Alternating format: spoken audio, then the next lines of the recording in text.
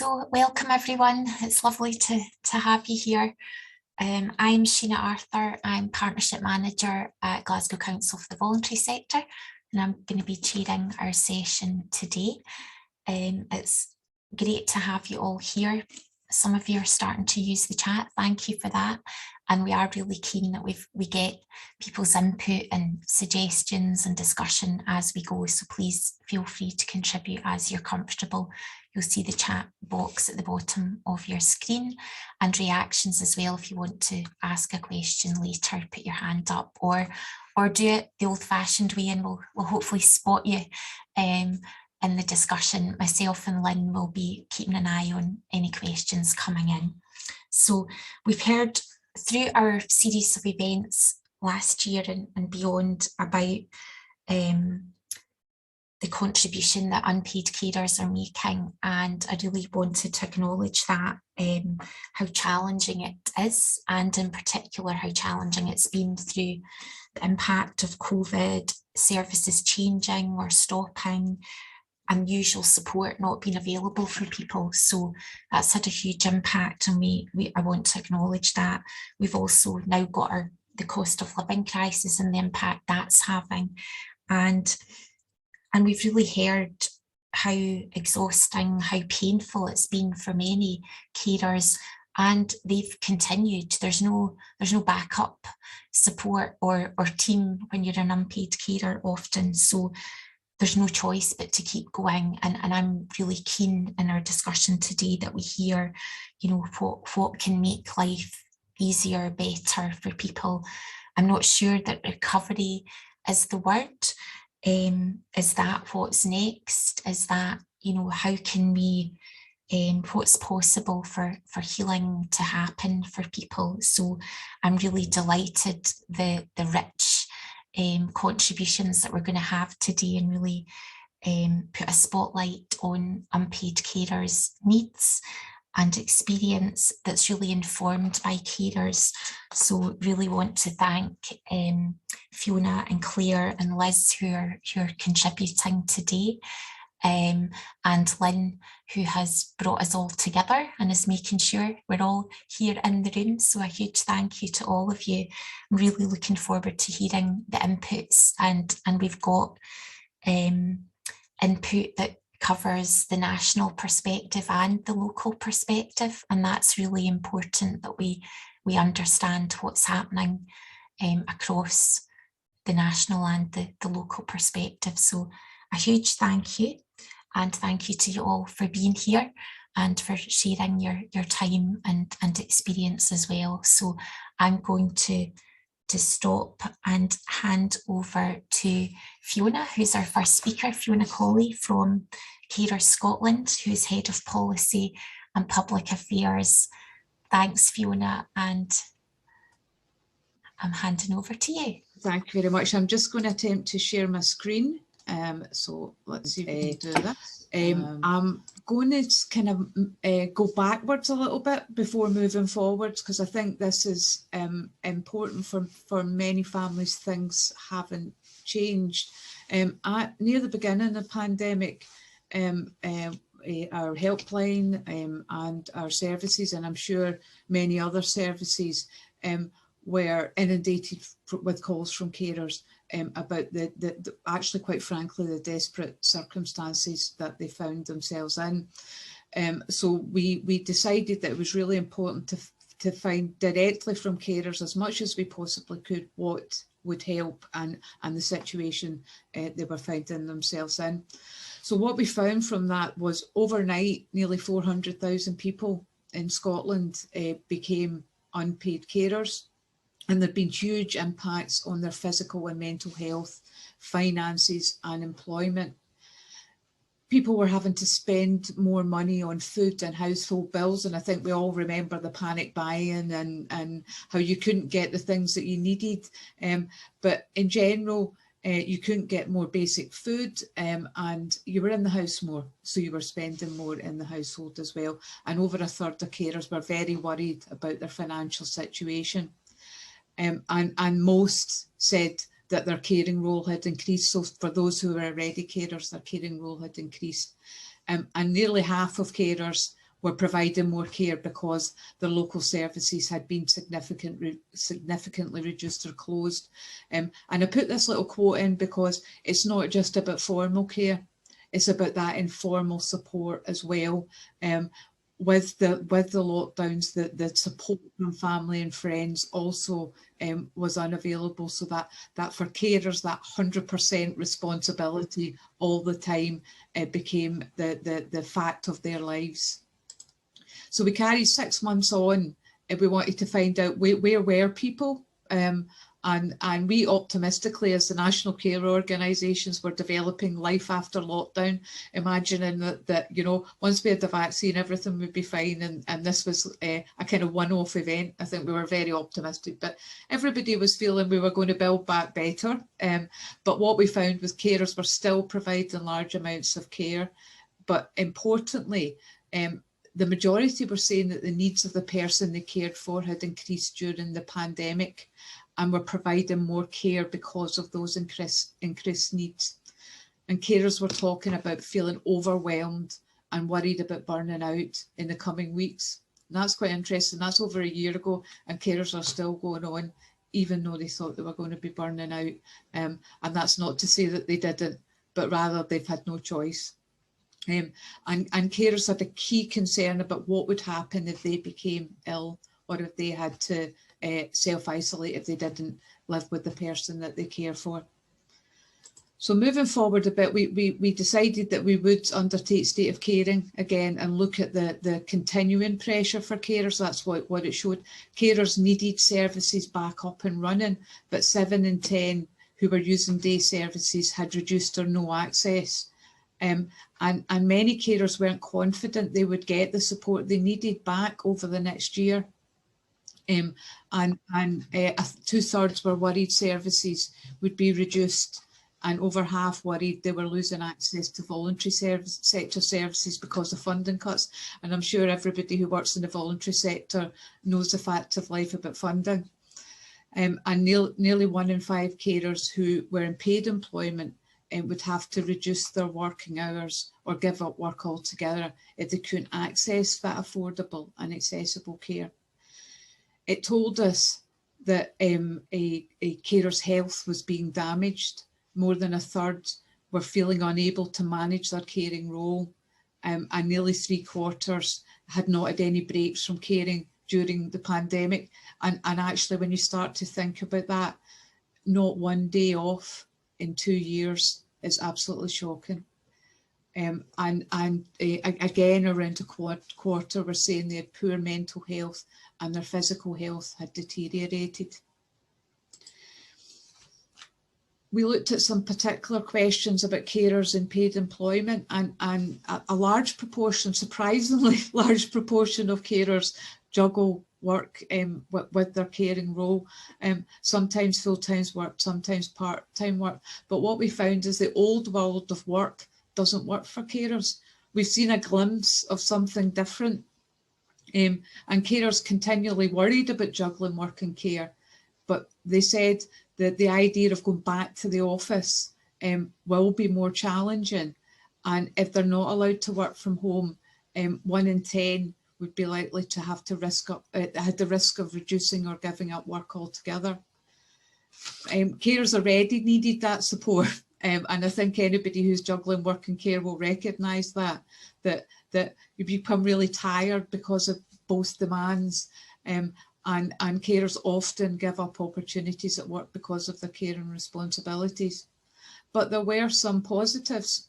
Over 3/4 of working carers said their employer had become more understanding of caring during the pandemic, and over half said their line manager understood caring well and was supportive. And that's a really interesting one, because what we found through the Carer Positive Award is that sometimes an employer can have really good policies, but it needs it implemented by line managers. So those supportive line managers are critical.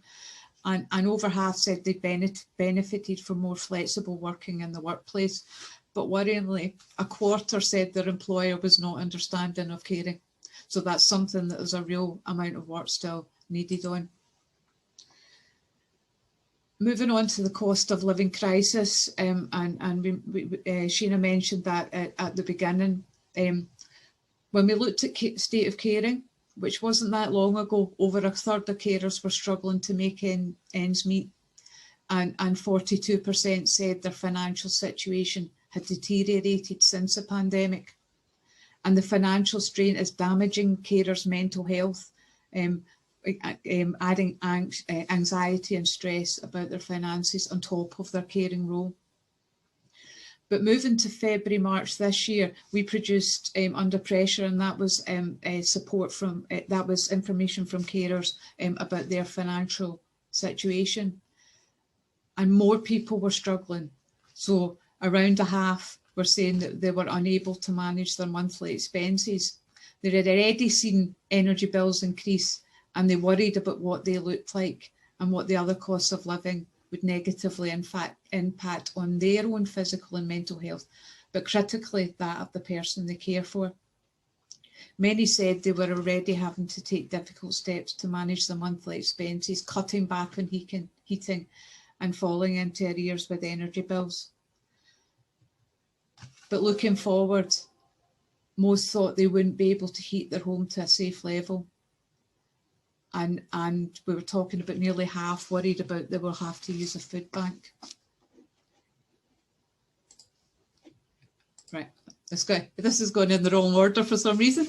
Anyway, so what we're going to do about it.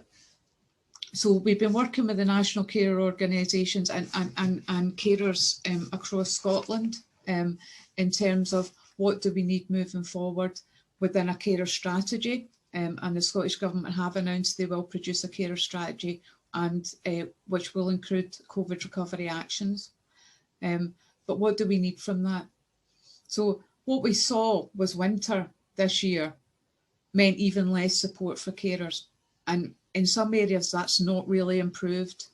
Carers need confidence that the person they care for will get support. Planning needs to start now to prevent a repeat this year. Hospital discharge still remains challenging. And when we talked about nearly 400,000 people becoming carers, the newest stats indicate that probably at least around about half of those are continuing to provide care. But do we know that they've actually got support? Do we know that they've actually got information? People become carers every single day. And hospital is a critical place for information to be able to ensure that they get support and to be involved in the discharge of the person that they care for. And I think this one here's a big one for carers, and we talk about this, and we talked about this being one of our key priorities for the local election campaign. Urgently restarting the services that carers need, including breaks, including day services. They've been pulled back, and in some areas carers are not confident that they will ever start again. More investment. So the carer strategy needs to come with more investment, and that investment needs to reach local areas as well. And it needs to be targeted at carers and delivering effective social care. I'm not going to mention SDS because I know Claire's going to come on to that, so I haven't included that. We need ongoing support for people at the highest risk, wider access to antivirals, continued free testing and PPE for carers, critically access to boosters. And yesterday the GCVI published some of its advice. We haven't had a chance to look at it in great detail, but it's not clear whether unpaid carers will have access to boosters in the winter campaign. And as organisations, we will be campaigning strongly for that to be the case. But it's really important to keep people well. But there's that wider question, if carers and individuals at highest risk don't feel safe, I don't feel safe living with COVID, how do we provide the right support and the right financial help, amongst other things, to be able to support them as best as possible?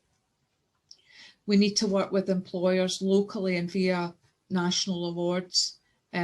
We need employability support, and that was one of our challenges for local councils as well. Employability support targeted at unpaid carers. We know that carers have fallen out of the workplace during COVID. We need to find ways to help them get back in. Health support is critical, whether that's mental health support, particularly trauma-informed support, and physical health support, including physio, flexible appointments for GPs and secondary care, and actually priority given to carers to help them recover and keeping carers well. And finally, this is my last point, is around targeted financial help. It's needed to support carers through the cost of living crisis. It's not enough to do blunt instrument support through certain bands of council tax. You need to target support at carers. Carers were already more likely to be in poverty than non-carers. We need to find a way to get money directly to carers. In the longer term, a carer poverty action plan is needed, backed up by money, of course. We need to measure, we need to make changes to carers' lives. But at the moment, we need targeted support. And we talked about that yesterday with, day before yesterday with MSPs about how that is critically needed, how that support needs to be available. So I'm going to finish up with that. And here's my contact details, which you saw briefly in the wrong order. And also our advice line for carers, and the information that we share through our social media. Thanks very much, Fiona. There's a lot to take in there, and some quite difficult things to hear as well. But thank you for also having some solutions and recommendations. And we're going to have time for questions once we've heard from Claire. Is that okay? Well, hi Claire. Claire Cairns is here, Director from Coalition of Carers in Scotland. Thanks very much. And I'm going to hand over to Claire, and then there will be time if people are already putting comments and sharing information. Thanks very much for that. So once we've heard from Claire, we'll have an opportunity for questions from Fiona and Claire. So thanks, Fiona, and handing over to you, Claire. So I'm going to just talk about self-directed support in particular, and what happened during the pandemic. So as Fiona was saying and was painting a picture, you'll remember back in March 2020, most social care services stopped pretty much overnight and people were left without support. So the question that was, what happened to people who had care packages in place? I know not everybody does, a lot of people don't meet the threshold for that, but for those who did, and in particular those who were sitting with perhaps a direct payment, what happened during that time? And quite quickly, actually, the government back in July 2020, so a few months later, they issued COVID-19 SDS guidance. And what that guidance said was basically, although services are shut, if there's more flexible ways for you to use that money to get support for you and the person you care for, then local authorities should allow that to happen. And the guidance outlined things like maximum flexibility. So basically, as long as it met your outcomes, you should be able to use that money for whatever purpose you think will help. Less bureaucracy, so not having to go through a lot of systems to ask for permission for that, or waiting long times for it. Support to use, alternative use of funding. And one of the things that they highlighted was employing family members and freeing that up as well. Because we know, although it is part of the original SDS guidance, you can employ a family member. Very often local authorities apply a lot of restrictions around that, and often talk about it being only in exceptional circumstances, even though that's not actually part of the guidance. But the idea of the SDS COVID-19 guidance was to free that up and give people alternatives. So in the Coalition of Carers, along with the SDS Collective, we've done 2 surveys on this so far. And the most recent one was last August. So that was around 2 years into the guidance having been issued. And so what I'm going to do is just talk you through what we found out from the survey. I'm going to talk first of all, generally what we found out from all of the people who filled it in, and then specifically look at Glasgow and what we learned from people who filled it in from Glasgow. So altogether, we got 210 responses to the survey, and the majority of those were unpaid carers. And from those, we asked, did you know about this? Did you know that you could use your SDS more flexibly? And 102 said yes. So, you know, a bit less than half said that they were aware of it. But what's interesting is, and I'll go on to talk about Glasgow as well, but very few of those who knew about it had been told through their local authority. So only 19%. Most people were hearing about it through advice agencies, through reading about it on social media platforms and from other carers. So it seemed like across Scotland, there wasn't particularly awareness raising from local authorities, which to be honest would have been quite easy for them to do. They could have written out to everybody they knew who was receiving SDS options 1 or 2 to let them know about it. And I don't think that happened in very many areas. And just to clarify, although I'm talking about self-directed support, it was particularly around options 1 and 2. So for people who had a direct payment or people who had a budget with the local authority. In terms of people who were able to use their budget flexibly, 1 in 3 who responded to our survey said they were able to do that. And I will talk a bit about the sort of things that they used the budget for. So why was it not used more flexibly? What were the reasons behind it? And I suppose looking at it logically, in order to be able to do it, first of all, you need to know that it's a possibility. And as I said, over half didn't know that. You could also have certain groups of people who felt they didn't need to, that their budget was being used flexibly already. So for them, it wasn't a priority. In actual fact, very few people replied that that was the case, and nobody from Glasgow said that that was the case. So I think that was kind of only a small cohort. Thirdly, you need to be able to get in touch with somebody to get a decision about this. And we know that during the pandemic, a lot of social workers were moving around and doing different things. They were called in for various measures in relation to the pandemic. And so some people had the experience of asking but not getting a response back. And in terms of using the money anyway for something that they felt would help them, a lot of people were too concerned that they would then be asked to pay it back. So that wasn't an option for some people. And then finally, some people did get a response, but the response was no. So that was another group of people who were told when they put forward their suggestion for what they wanted to use the money for, they were told that that wasn't allowed. So Glasgow, looking specifically at Glasgow, it was a small amount of people that we were able to pull out of the survey, but I think it does show patterns as well. As I said, local authorities, as part of the guidance, were supposed to be proactively communicating this to let people know that they could use their SDS more flexibly. And although 53%, so a bit higher than the average, of carers in Glasgow knew they could use their SDS more flexibly, none of them were told about it from their local authority. So they all heard about it from a different source. And I should also at this point probably say that because our survey was online, the people who responded were probably more likely to know about this because it was talked about on various social media platforms, including our own, which meant if they were accessing the survey from us, they may have read about it already on our site. So in that sense, probably if you look at the carer population as a whole, the awareness of being able to use your SDS more flexibly was actually lower. So why were carers not able to use their SDS budgets more flexibly? As mentioned before, some very similar kind of responses.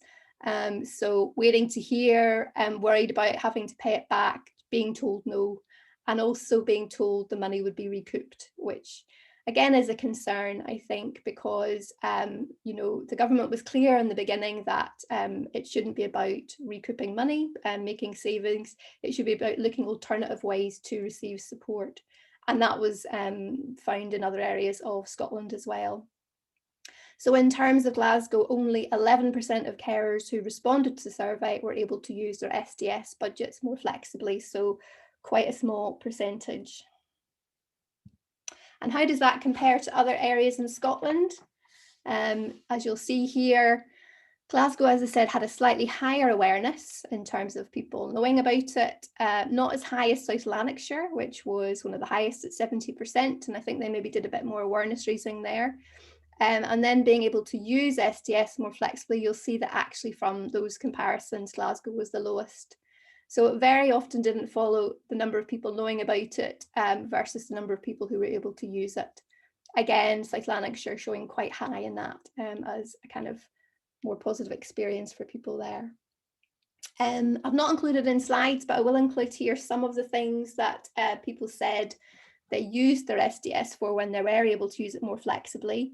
Employing a relative came up quite a lot. Understandably, it was one of the few ways that people could actually receive a break, because as we know, because of shielding and so on, it was very difficult for people to be able to allow people into their home. Even people who had PAs, a lot of them were saying that they didn't feel comfortable with the PAs offering support. So by employing a relative, that reduced the risk quite a lot for people. And there were examples of family members who had come home during the pandemic. So sometimes students, sometimes adult children coming home who were working from home, for example. And that allowed, in some circumstances, a good solution for people to receive support and for those family members to be employed through their SDS. Purchasing IT was a huge one. So people were purchasing iPads, laptops, sometimes Zoom licenses. And we know, I mean, I think things have changed permanently now in terms of how we communicate. There will always be, I think, more online communication. But for a lot of people, it's been the only form of communication with family members and sometimes with other groups of friends and so on. So that's been really vital. So for people who maybe didn't have that technology before, getting it was really essential. So a very good use of SDS during that time. Some people had their PAs change what they did and deliver different tasks. So for example, shopping, and that was helpful for some people where, again, they were worried about their PA coming into the home, but they could help with things like shopping. Others, their PAs were doing things like helping with homeschooling, where you know, we're talking specifically about parent carers there. So that was a task they wouldn't have had before, but they were able to help with. Subscriptions were huge. I think one of the biggest, and we found this was the case with the Time to Live grants as well through carer centres. Disney Channel was a big one. Again, a good form of alternative entertainment, particularly for parent carers.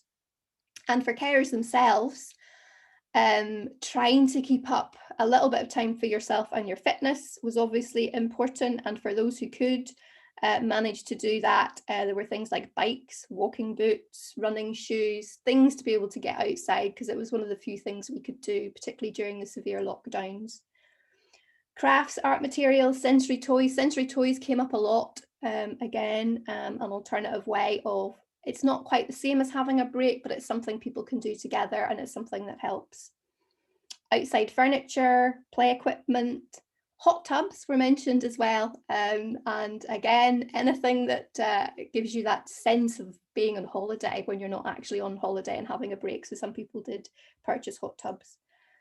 In terms of individual case studies, Shared Care Scotland are launching a report next week, and it's on their website already. It's called Rethinking Personalised Short Breaks for Unpaid Carers. Although that's not talking about how SDS was used more flexibly, it is talking about the Time to Live grants, and there's a lot of crossover between those two things. So there are individual case studies there. One of them, for example, is somebody who bought a greenhouse, and they said, for me, the greenhouse is a better break than a night or two away because it's something permanent. It just keeps giving. So some of these things that people were able to do during the pandemic actually had really good outcomes for them. And I suppose what I would say is, I know that this was issued, guidance that was issued during COVID-19, but it stays very much within the SDS principles. And so it's things that really should have been allowed all along. And moving on to the next slide, recommendations for policymakers. The number one is any flexibility and personalisation that was offered during the pandemic should continue. If it's producing better outcomes and it's better solutions for carers and it's generally value for money, of course it should continue. And that includes the employment of relatives, I would suggest. Other recommendations for policy and decision makers, staff shortages absolutely need to be addressed. And although a lot of the things we're talking about have worked well for people, a lot of people are still sitting with budgets they can't spend because they can't purchase services, and that's absolutely key. I mean, a lot of this stuff, although helpful, it doesn't it can't be a permanent alternative to actually having services that you can use and proper breaks from caring. So absolutely, staff shortages need to be the #1 thing to be addressed. And in the meantime, as I said, the employment of relatives should be extended. Better accountability from local authorities. I think it's been such a missed opportunity that so many carers haven't known about this. And that local authorities haven't extended it the way they should do. And like we always say when we're talking about national, what's happening nationally, better consistency is needed, and local authorities really need to get that information out. Less bureaucracy for the people who were able to contact their social worker, and we heard of people who emailed and got a reply the same day to say, yep, go ahead. Frankly, that's how it should work. There should be more autonomy for carers as well in the decisions they make about the care that works for them. And unfortunately, this was just for people in options 1 and 2. So for people who were in option 3, for example, it should have been easier for them to switch and be able to do this as well. And for some people, they were able to do that.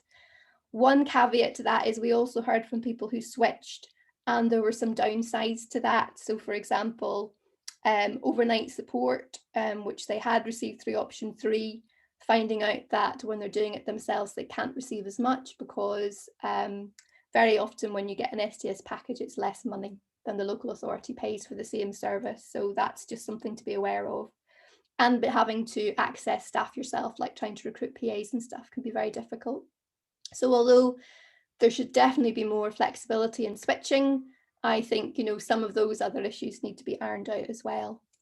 And no clawbacks been mentioned already, but some areas have looked to get back some of the direct payment money, which hasn't been spent during the pandemic. And we had one example from a carer centre, which I wanted to highlight, which was a carer who had to send back £10,000 to their local authority for the care package for the person they care for, and then applied for a grant from the carer centre for £500, which rightly they received because they need the break.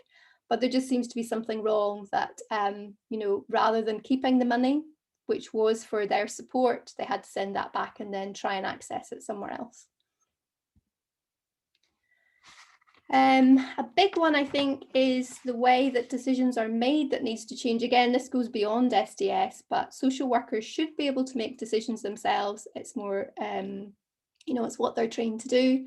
It means that decisions are made more quickly, and instead of being gatekeepers and having to go up permission up the line, it means that they can be navigators. And another example from another carer centre in Moray, actually, they currently have a pilot which is called Open Conversations, and it's allowing social workers to talk more about what will work for people and spot purchase, have the budget available to do it. And one example from that pilot was a social worker who went to a house, and because the heating had broken down, the cared for person was going to have to be transferred into a nursing home. So the social worker was able just to go and purchase some plug-in heaters and put them in place, and that prevented the person going into nursing care, which obviously saves money overall. It's a better solution for the person who didn't want to leave their home as well. So sensible things like that where social workers can make decisions. Again, decisions need to be rights-led and not resource-led, and sometimes, like I say, that actually saves money. Everybody needs access to independent information, advice and guidance on SDS options. And the final one, examples and case studies are important. And as I mentioned, the Shared Care Scotland report, I think, is really good, and it will be out next week. So that's a quick run through. I mean, it is just talking about SDS, and I'm very conscious that, what needs to happen goes way beyond that. We are looking at the need to look at social care as a whole. And for example, unless we address things like staff shortages, all of this tends to be a bit more of a sticking plaster. So it needs to be looked at on the whole. But I think looking specifically at SDS, things still can be done, and they will make a difference to people's lives.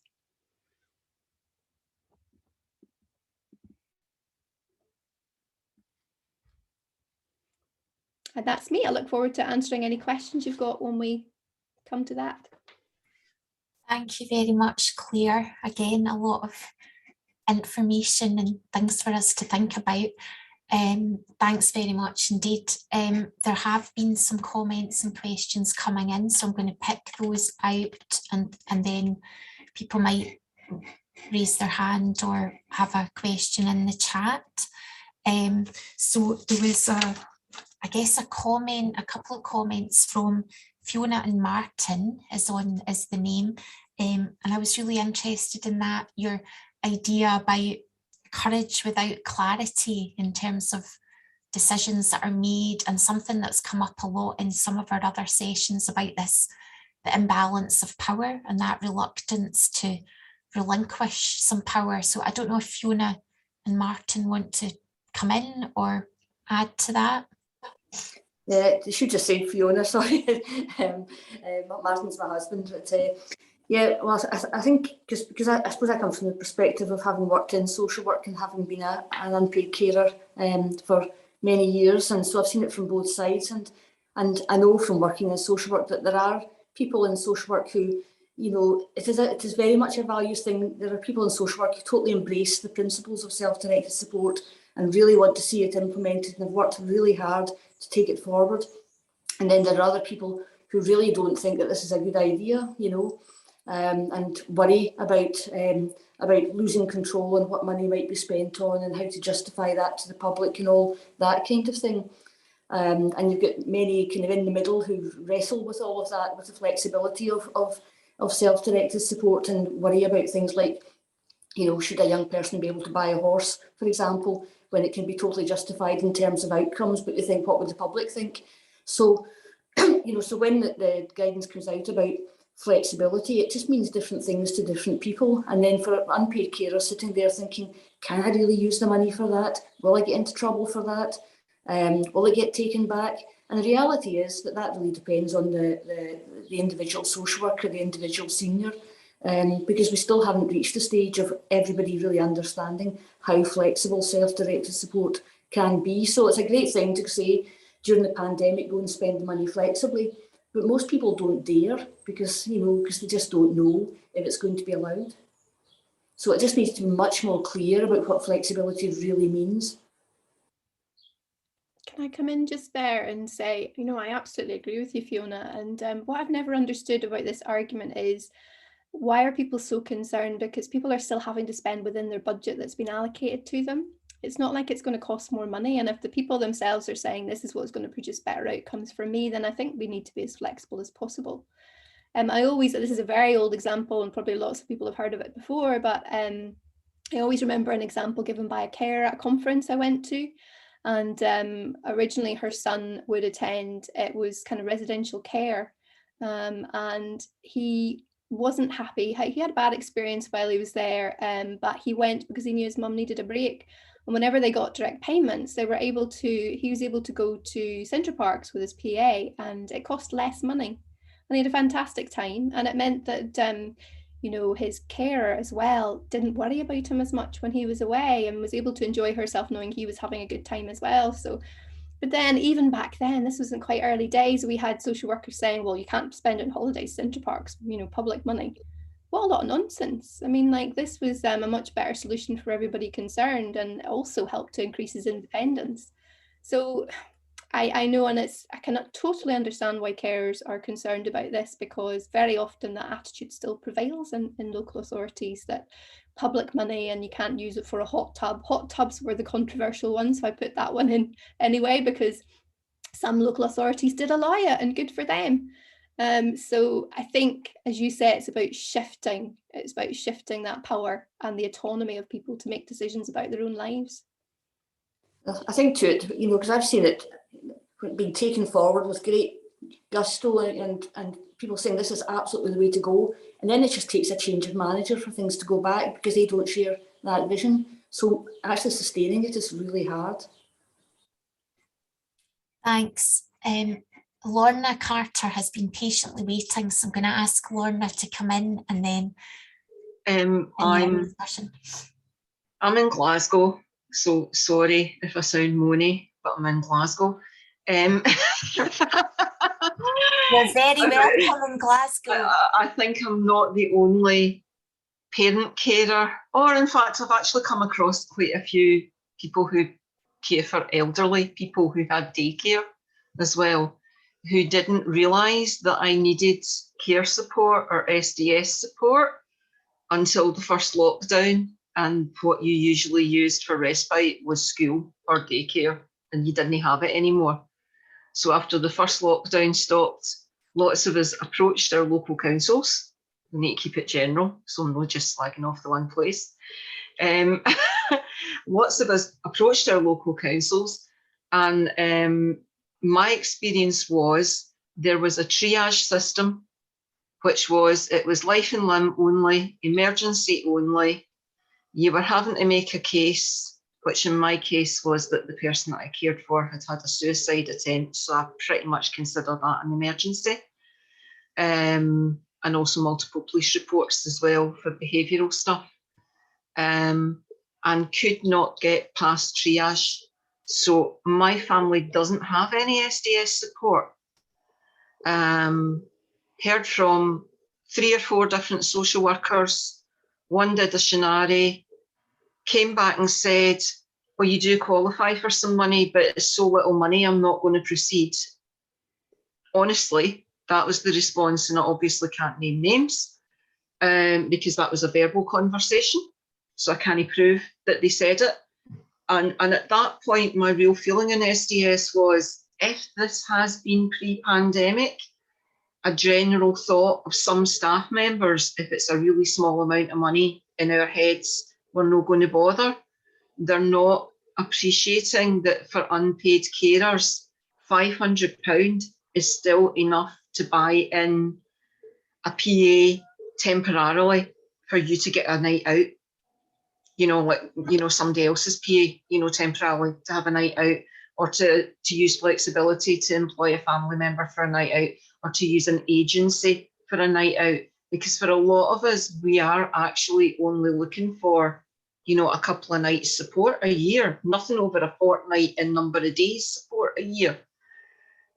We can't access take a break stuff because there's no respite. But then you would have expected SDS to step in as flexibility for funding and would have been cheaper than respite. But we're still coming up against workers that should a direct policy, we're not going to deal with that. We're not doing that. We're not considering your request. And I don't know how we get past that. It's what people were saying there about it depends on your worker, it depends on the culture of the team.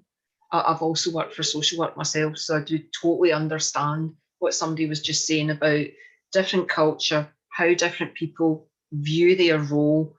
And it is honestly just your luck what sort of practice you get from an individual. But there needs to be some way to get around gatekeeping about just getting your SDS assessment done in the first place, because that's supposed to be an entitlement. You know, that there shouldn't be this gatekeeping saying, well, we don't think you're really going to properly qualify for much money, so we're not going to bother doing the full assessment. That can't happen.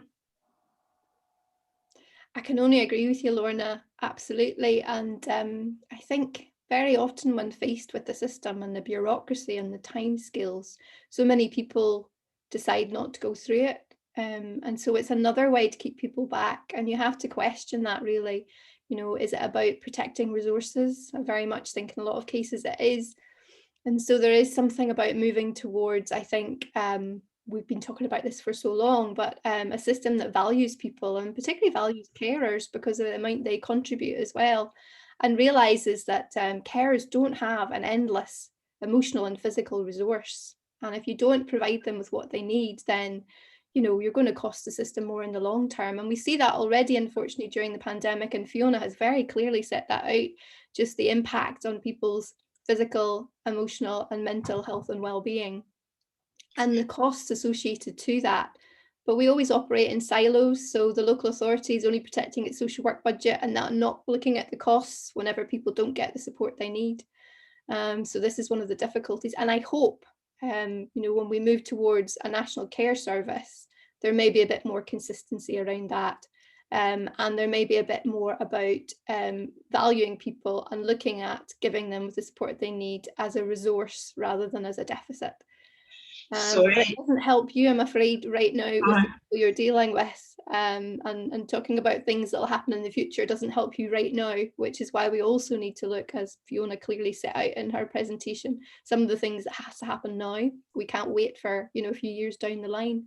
I also have to clarify something, because obviously, as I don't receive SDS myself, I haven't heard this directly, but I have come into contact with a lot of other carers and disabled people who have been getting told that they will lose their like DLA PIP money if they receive SDS. Is that true? Because I don't think it's true, but I've come across more than one person, and once it hits, like, you've heard it from about 10 people, it stops being you presuming somebody's misunderstood something and starts becoming, who's telling people that? Yeah, that's nonsense. I know, well, that's Yeah. what I tried to Yeah, say in the meeting that I was in. It was utter nonsense, but then people were getting really upset that you were maybe doubting them. Yeah. So I'm pretty, I know it's hearsay, but I'm pretty confirmed that people are getting told that they're going to lose their PIP DLA if they get SDS. I mean, and people getting care charges that's then indirectly meaning they're losing their PIP. yeah, I mean, I think it's an issue. I think if there's a kind of, even if via Lynn and GCVS, if there's a clear piece of information that we across the carer organisations and other organisations can share to try and dissuade people of that is true, because it's not true around if you get SDS you'll lose your DLA or PIP.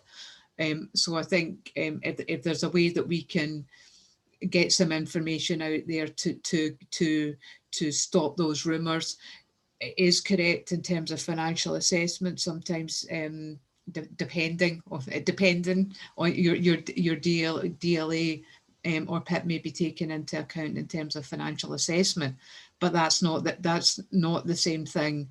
And there's still stuff around thresholds, and charging is probably another area that I didn't even mention on there, but that's one that we're pushing very hard on, moving as quickly as possible to scrap all non-residential care charges. But if they can't do it straight away, to make up some provision for the cost of living and the huge impact it's having on carers and disabled people, we need to get something done about that, because we're taking far too much money out of the pockets of disabled people and carers to provide the care and support that they need for their day-to-day lives to live independently. So it's high up in our priorities, isn't it, Claire? It is, and I read a shocking report yesterday, which was produced by Scotland Against the Care Tax, where they looked at charging income from local authorities. So they do this every year, and charging income has gone up again. That's despite all the money that went to local authorities for free personal care for under 65s. So they've just found different ways of charging. So the only way really is to scrap care charges, I think. The sooner the better. Thank you. I've got a question. Angela Miller has had her hand up for a bit, and then we're running a bit behind. So just want to check if I'll let Angela come in first and then go from there. Thank you. Claire, I just wanted to pick up on what you were saying about, you know, people maybe moving from like option 3 to option 2 to get more flexibility for their budget. And obviously I work for North Lanarkshire Carers Together, but speaking from personal experience as a carer for my brother, during the pandemic, his option 3 was retained at option 3 because my parents and myself were so terrified about trying to move to option 2 in case when we tried to revert back post-pandemic, we were not going to get the budget that we needed to actually support him at the right level ongoing. But what happened, interestingly, was that we continued to pay the full option 3 budget to his care provider, who actually wasn't providing care through most of the pandemic. So all of that money was going out the door to the care provider when my parents were doing 24/7 care for my brother. His home care was completely removed. So all that money went out the door and my brother didn't get any additional support, which he could have gotten if we'd been able to, or had the courage to move on to option 2 without the fear of never getting back what we already had in option 3. And it just seems really tragic that everybody went through what they went through during the pandemic, and my brother's mental health really, really suffered as a result because of fear, and also the money being spent in ways that didn't benefit anybody. So just another example of how that kind of inflexibility plus the fear of it really restricts people. Yeah, I think you're absolutely right. And I can understand totally why you were worried about moving to option 2, because there are benefits definitely to option 3. If we could be more flexible and people being able to move when they want, maybe that would have been better. But we know it's a really difficult bureaucratic process to move.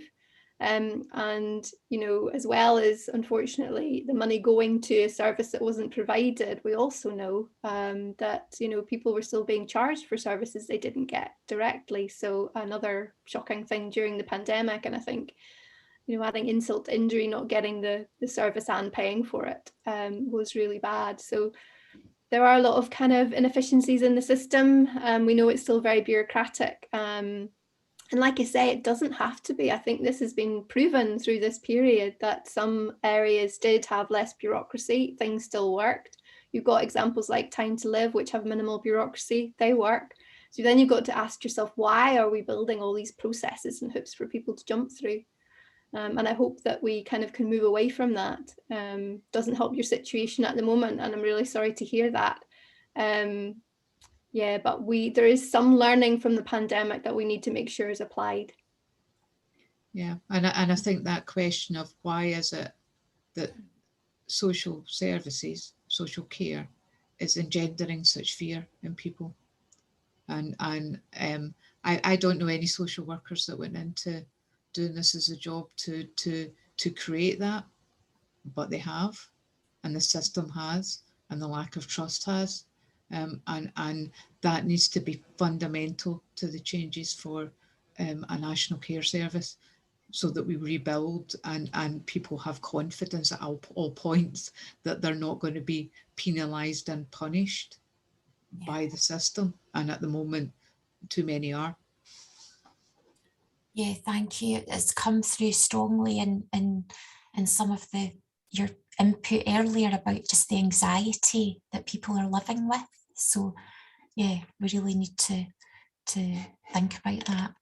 Thank you. There's lots of questions and discussion happening. I'm conscious we've ran over our break, so just want to check, are people comfortable to go? And Shabana, I saw your hand was up, but I'm conscious of time, so I just want to check in with people. Are we comfortable we go on to our next speakers without that break, or do people feel they need a break? I'm disabled, so I really do need a wee quick 5 minutes. Is that okay? Of course, yes.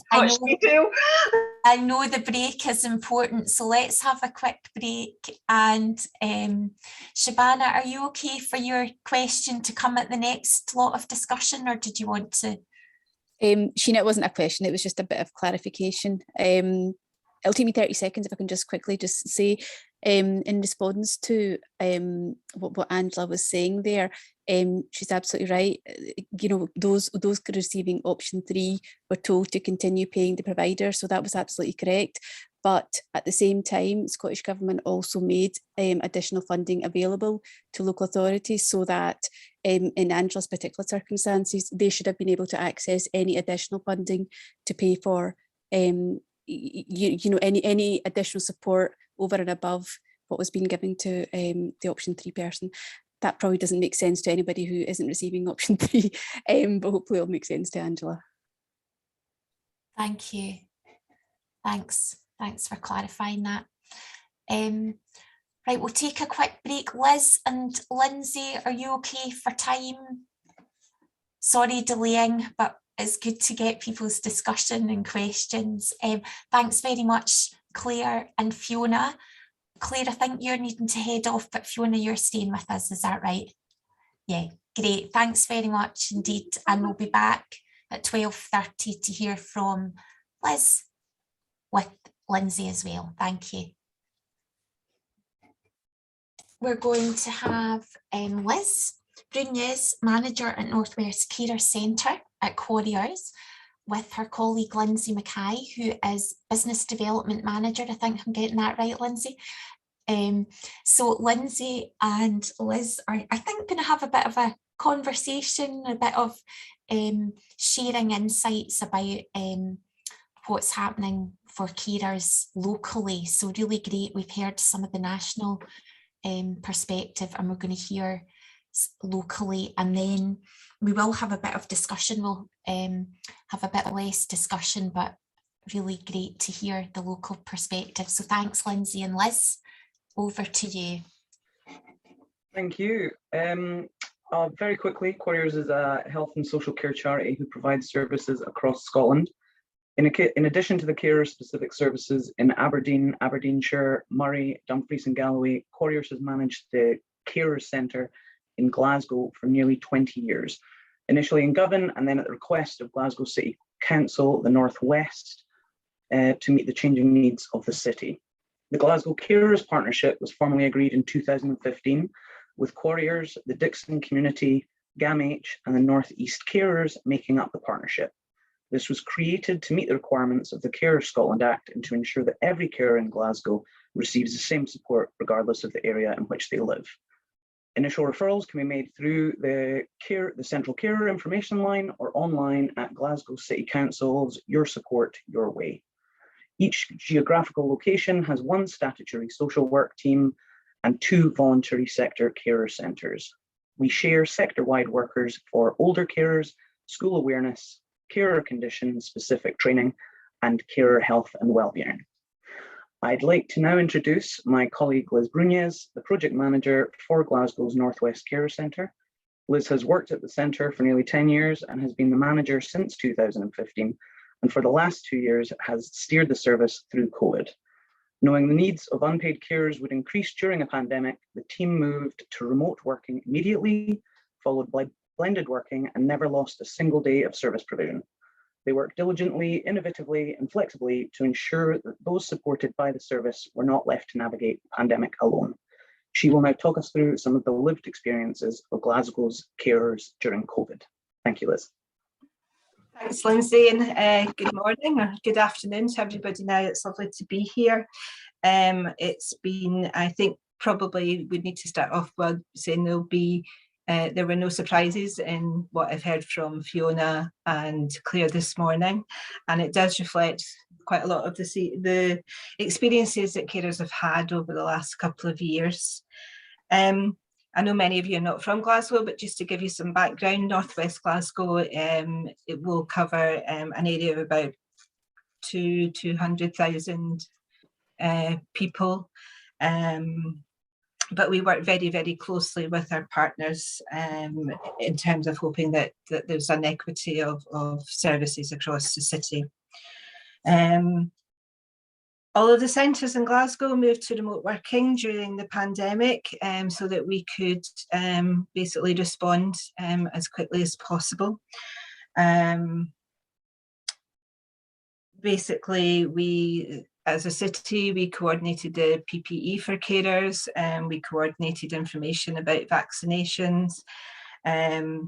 And we also particularly used our colleagues in the community and the partners that we'd worked with for many years to help carers out with hardship payments, delivery of food banks, everybody from pharmacies, churches, local community organisations that we know already. So we wanted to give as strong and as a coordinated approach as possible. We also were involved as a city in distributing the additional Scottish Government grants that came through to help carers. These are small amounts of money through both the Shared Care Time to Live Fund and the SCVO. And some of those things have been mentioned already. It was fundamentally to support carers who were socially isolated. We provided IT equipment, we provided goodie bags, we provided lots of garden furniture, lots of fitness equipment.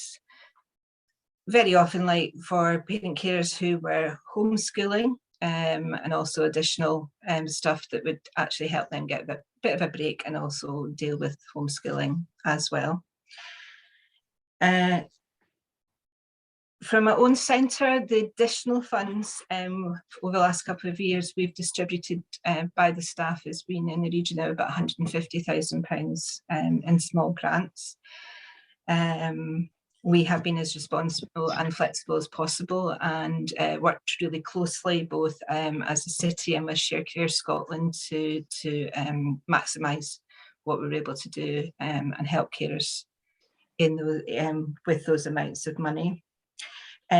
Just to go back to actually as a general equipment point, the carer centres in Glasgow get a small share of what we would call SDS payments within our core budgets. And we have a budget that can provide from about 200 to about £1,000, depending on carers' needs, which we work with in terms of the carer support plans that we produce for carers in Glasgow. And that does help with some of the responsive elements that we talked about in terms of giving you know, a small break. It clearly isn't nearly enough or would address the problems of the SDS budgets that people have been discussing, but it is available and we use it in conjunction with care support plans and the work we do with carers. We continued to offer carer support plans and young carer statements during the pandemic. We made that decision for North West Glasgow. Although, you know, we just felt that, and I think it's borne out, that if carers had the time and were able to go through that process with us, it would save us going back once the pandemic or the so-called normality was back. It's worked quite well for us, and obviously we top up all the time, but it does mean that the majority of carers that have come through our doors over the last two years do also have care support plans that are being worked to.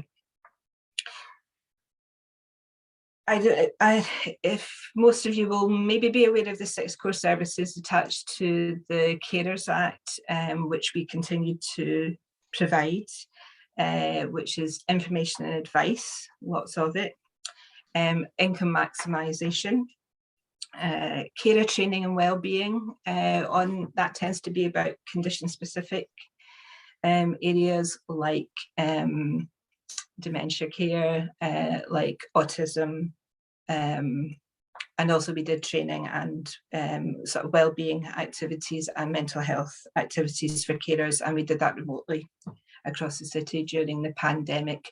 And again, we work as sectors with my colleague in West Centre and across the city to provide that training, and that's continuing online at the moment, and which we'll just see how things go in terms of going back to classroom-based training. And our peer support as well went on to online training. Emotional support became major, as you can, as we've already talked about, the impact of COVID and hardship on carers over the last 2 years has been immense and distressing for many people. And certainly my team found that the level of emotional support that we gave to carers increased dramatically. If I can give you a scenario, my team working quite often in their own houses, in their bedrooms, in their kitchens, on mobile phones, and what maybe have been a 50-minute phone call pre-pandemic would be you know, an hour and a half, 2 hours, and maybe 2 or 3 times a week. So that was hopefully helpful and useful for carers, but obviously it had an impact on our capacity and the team as well. And to some degree that is still continuing. Obviously, I think, as I think Fiona pointed out, there was some discussions about new normal and how things would go back to normal. We haven't gone back to normal. What we're doing is, I think, going into a different phase now. Carers are tired. Staff are tired. A lot of my team are carers as well, and we were all homeschooling at the same time. So we deal with it. and we get on with it as much as we can, and we are looking at incorporating quite a lot of the remote work that we did previously online, Zoom, to see how that works out for everyone. Obviously, we work with carers and their loved ones of all ages and circumstances. Yeah. Did you see that caring for older loved ones brought any unique issues to light?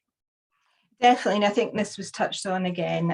A lot of the issues that we're seeing just now is about closure of services.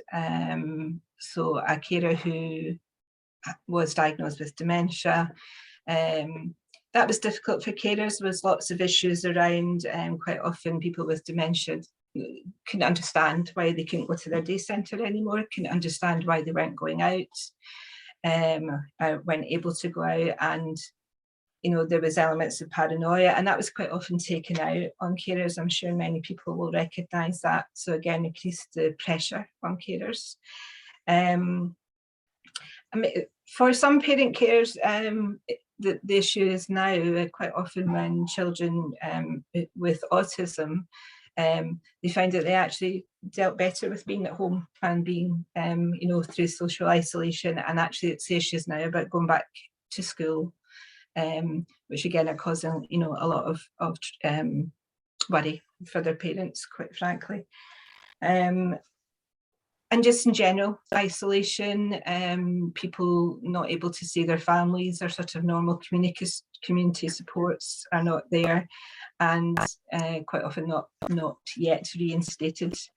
And I think what we're finding generally is that people's conditions have deteriorated because of the isolation and because of lockdown, and therefore in many cases the services that they had pre-pandemic are no longer fit for purpose, and obviously the pressure now for assessment or reassessment is quite great.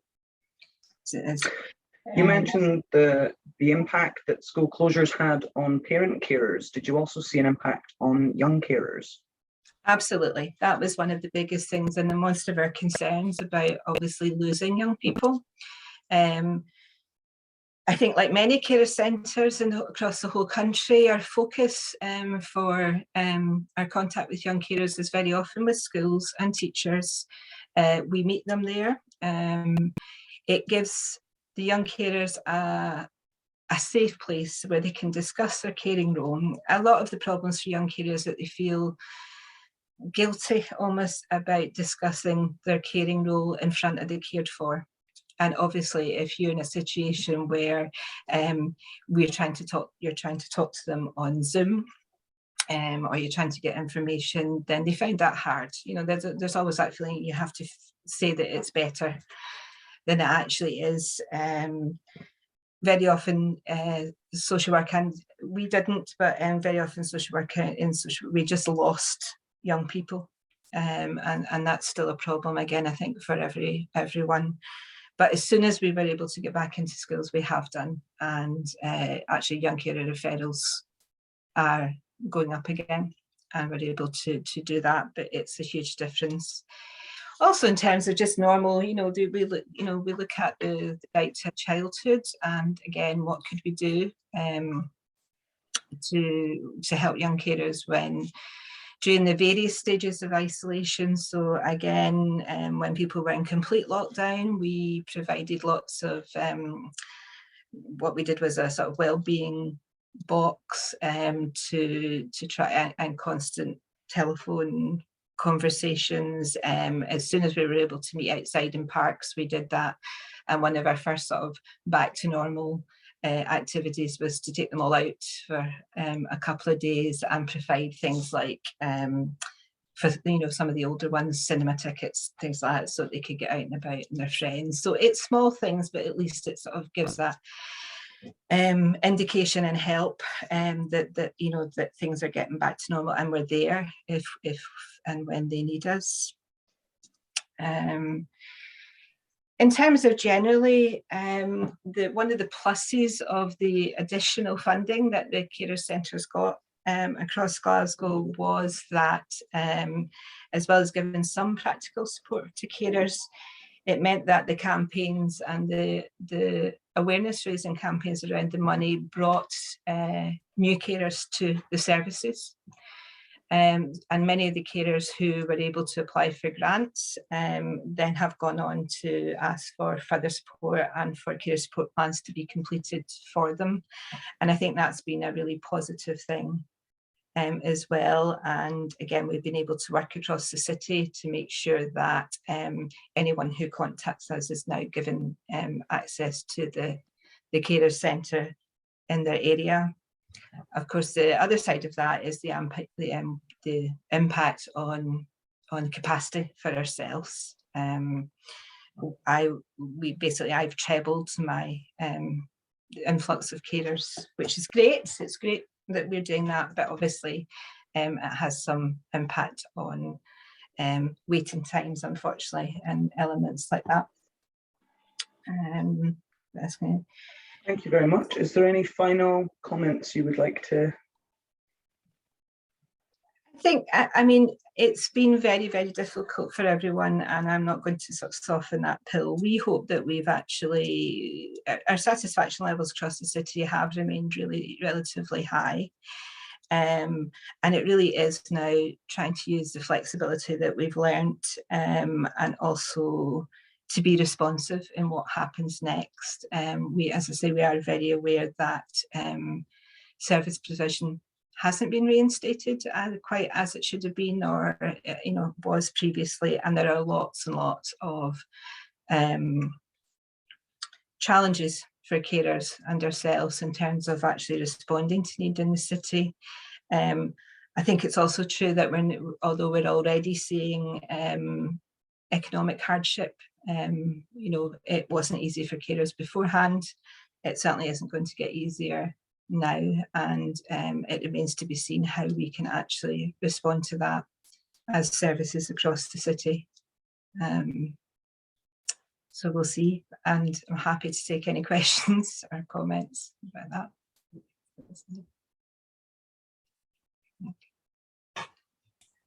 Thank you so much, Liz and Lindsay. I was fighting with my mute button there, sorry. Right.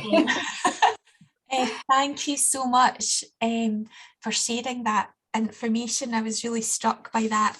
Not losing a day is a really powerful message, but also I think we've really heard today the huge pressure on carers and the anxiety, it's accumulating, and so I suppose in our last 10 minutes we've got time for questions, but also I would really like to have a bit of discussion, and maybe people can put in the chat or email our health and care email as well if there's any suggestions about what could really help now for people to try and have less of that anxiety or respond. You've talked about capacity issues, we know that's an issue, but what can help people in this next phase, because for many we're not coming out of the pandemic, where people are living with it and trying to cope with it still, aren't they? So I'm keeping an eye on the chat if there's any questions coming in specifically. Oh, thanks, Lynn's put the email in the chat for people as well if you want to email us, because we are really keen that we can go to our Chapter 2 partners with some suggestions, recommendations, that Lynn always reminds me that comes with a budget to do the work, not just here's a lovely idea. Yeah, so any questions or comments? Lorna's got Lorna's, yeah, thanks, Lorna. Respite, more respite. There needs to be a way to stop social workers from gatekeeping respite provision. We're in a dreadful position just now where if you care for a child, you can get take a break funding, but carer services don't provide respite care for anybody under 16. They don't have a budget for that. You have to go to children and families. You end up feeling like you're the worst parent in the world because you're having to ask for foster care for your child for 2 nights. You get made to feel that way as well. there needs to be some sort of way that we can just direct purchase ourselves. Honestly, I would totally be willing to go away for 2 nights instead of 7 nights and pay for a respite service myself with the rest of my holiday budget. There needs to be more flexibility for what the respite is, so that it's like a holiday for the person you care for too, and instead of it being looked at as you're going into social care for 2 nights. There needs to be more flexibility, so it's like, actually you're going on holiday with a PA for 2 days, or you're going on holiday to a centre that's more like a holiday and not, you know, a care home. Yeah. None of those are overnight fixes though, because most of those things in theory sound like they're going to be really, really expensive. But in practice, they're probably not as expensive as paying for a charity to provide a support worker that doesn't do any of the things that you asked for, but you get to have a chat on the phone occasionally. I'm sorry, that's quite brutal. That's not directed at carer services. That's directed at children and family services in the personal situation my family's in just now, where they wouldn't fund respite, but they are giving a charity money to provide a support worker for us. That's not what I need. I need somebody to help me with housework and gardening because of my physical disabilities, and I need some respite that's proper, something enjoyable for my child, so that I can get a break as well. Yeah. Thank you, Lorna, and please don't apologise for sharing. Sorry, Fiona's wanting to come in. Yeah, I think it's quite telling that the way that the government has provided additional funding around breaks has been to circumvent local councils altogether. And I think it tells the story, as Lorna describes, of breaks that aren't really what people want. Sometimes it can be, and I remember years ago working with Send Scotland, and they funded breaks which were a holiday away, doing activities. And 1 year we went to Euro Disney, and there was a range of things, but often it's really not what people want. And I think for an older person who's probably the last place they want to be is a care home, and that's, they want to stay in their own home. If the only breaks available for them is a care home, it's going to be quite difficult to persuade them. And actually, as a family member, would you want to? And I think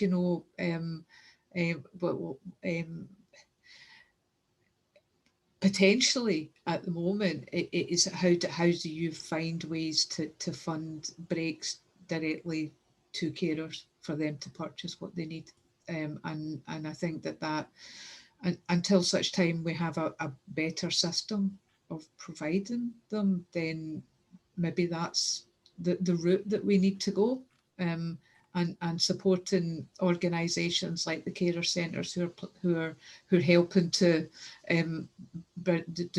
take a break in the time to live, because it's not a they need staff to be able to do that. But is that the way that we need to do it?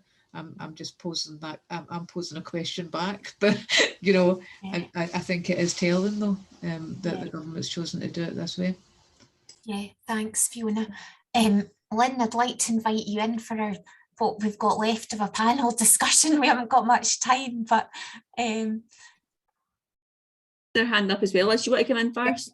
No, I think it was just just to carry on with Fiona's point about breaks. And I certainly think that the money that came directly to us at the Carer Centre in Glasgow did mean that we could have a very responsive and flexible approach to breaks. And you're right, not everybody wants to go away. Sometimes it's just to have breaks over a period of time, and we're aware that it's different needs. But certainly, I think one of our biggest challenges just now is actually being able to find replacement care for people as well. And I think that's just generally due to staff shortages across the piece. I think it's, you know, I have money still to spend, but can't get to placement care. We do actually provide money for families to go away together, but then that's not always possible for people. But the recruitment issue is huge at the moment in terms of actually finding those places. We've had people on waiting lists, and even the agencies that we use and have used for years just don't have staff at the moment, and it is a problem. Yeah, absolutely. I think I just wanted to I'll split between my work hat and my carer hat here, which is difficult sometimes to separate out. But I think just picking up on Lorna's points and Fiona's points, Sheena, was for me, and reflecting on the last 2 years of the pandemic, what the pandemic has shown for me was the lack of emergency planning. So where I am the sole carer for my husband, who now has incredibly complex needs, and there is no plan for whatever happens to me if I'm no longer here to do that role. And in fact, I've had to rely on a local carer centre who will provide replacement care for a short time if I'm due to get in for some surgery at some point. It could be months, mind you, in terms of, but so I'm relying on and trusting our care centre. I would not allow the HSCP near my husband for very different reasons, because I don't trust them. But for that, some emergency planning, I think, has been thrown up for carers in terms of what happens if I'm not here. And the pandemic has made that more acute, I think, for example, if we've lost family support from maybe family members who are still shielding. And the other thing is around, I think, Lorna, your point was made about the suitability of replacement support. And that's a huge issue for me as well, I think, and for many families, is that the point that Liz made around things like replacement care and care homes and stuff is that what's out there often is not suitable. And in fact, there's very little for people who've got very complex needs. And I've had that discussion recently with my GP who's suggested respite. And I said, well, what is there that would meet my husband's needs? And the answer was nothing. So I think there's questions to be asked post-pandemic around suitability, availability, how useful, what is there in terms of meeting people's needs. And then the last point is around deterioration of people that we're supporting as well. Is in our case, that's been very marked. I know many families have said the same thing to me, is that their loved ones' deterioration has been significant, and there's not a plan around that. As how do we respond to that, and how do we build in better and more appropriate services? So there are big questions, I think, that maybe aren't. Glasgow has those questions to answer, as many, but there are national questions around that as well, I think, for me, around how the goalposts have changed for many families, and the continually relying on carers to plug that gap will eventually come a cropper as we all basically crock it or, collapse in exhaustion. Yeah, thanks, Lynn. And I think that's coming through so strongly, isn't it, about what is there isn't a backup plan for unpaid carers for many. So how are we going to look at that, making life easier, having a really, I think lots of this discussion, if there was really a person-centered approach, people are identifying what can help them, aren't they? And they're not being heard or not being empowered there's barriers to getting put in the way. So I know Lynn says this all the time to our statutory colleagues about say yes more.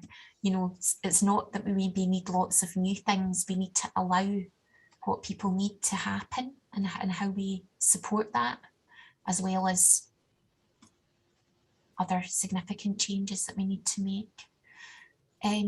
Fiona, did you want to? I feel like you've got something you'd quite like to say.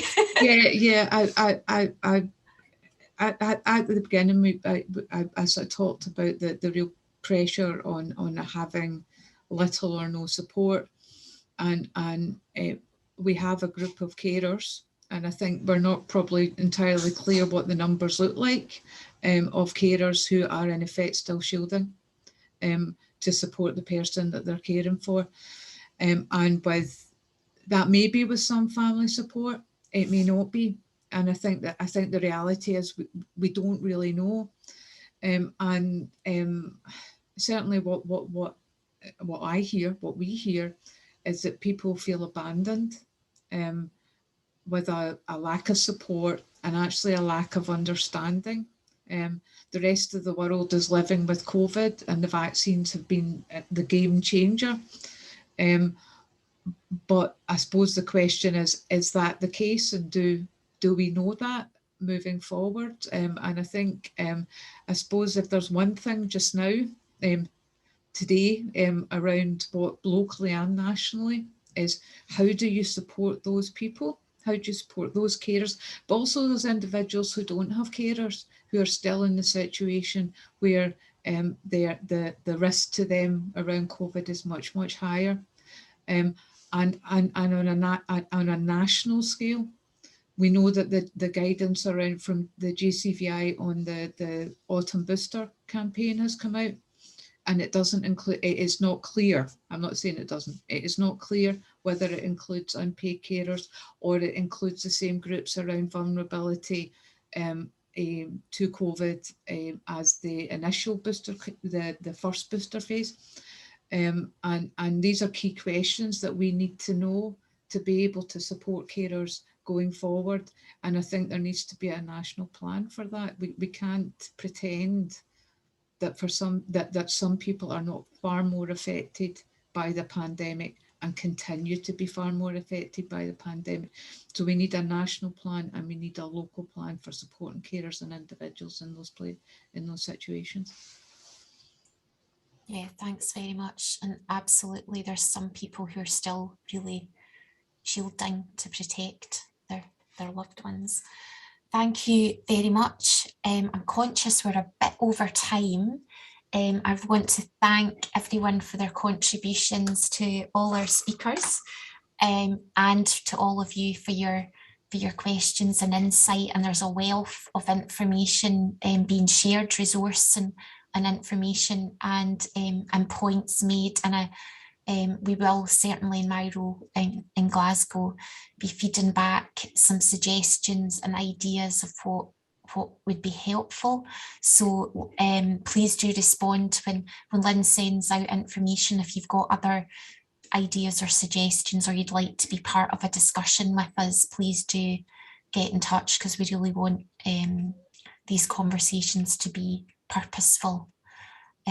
So a huge thank you to everyone for sharing their insights and expertise. To Fiona, Claire's away, but a thank you to Liz and Lindsay and Lynn, absolutely, for bringing us all together.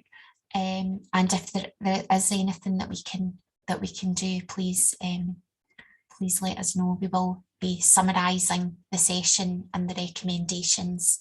And my colleague at Health and Social Care Partnership that leads the Maximising Independence work is really keen to hear how we can connect this with the carers strategy work as well, and really look at what can be helpful.